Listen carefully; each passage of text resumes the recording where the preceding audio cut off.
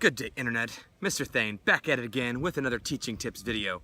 Today I'm talking about what to do when you start to feel overwhelmed.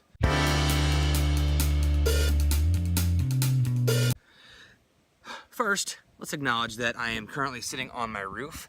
I haven't done any good roof sitting in a while. I like to come up here from time to time and do my thoughts, my thinking thoughts. Anyways, sunset in the background. I want to talk about how to not get overwhelmed. I'm going to just adjust this. What to do when you feel overwhelmed. Is there a dog back there? Anyways, when I start to get overwhelmed, here's what I do. I make a plan.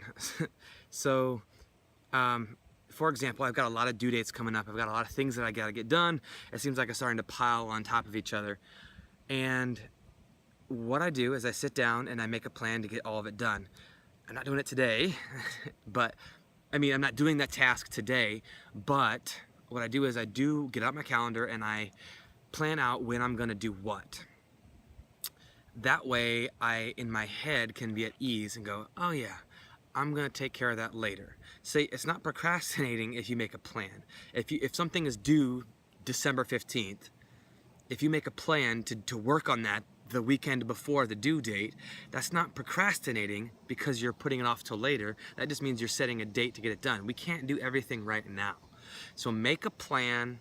When you start to get overwhelmed, sit down with your schedule and plan out, I'm gonna do this here, I'm gonna do this on that day. Figure out how you're gonna get things done. Another example is I've got to do the kindergarten readiness assessment with all 22 of my children, and I could be getting more children, so I'm sort of waiting a little bit until I know how many kids I'm gonna have.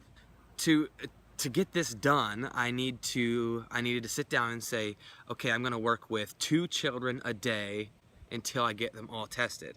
I'm planning on testing 1 kid every day during reading centers and 1 kid every day when I don't have recess duty.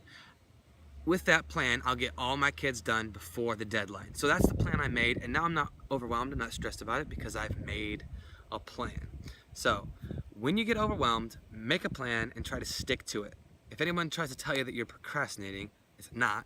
It's not, unless you're procrastinating if you say, I'll do it tomorrow, I'll do it tomorrow. But when you actually make a plan, that's not procrastinating, that's called being a goal setter.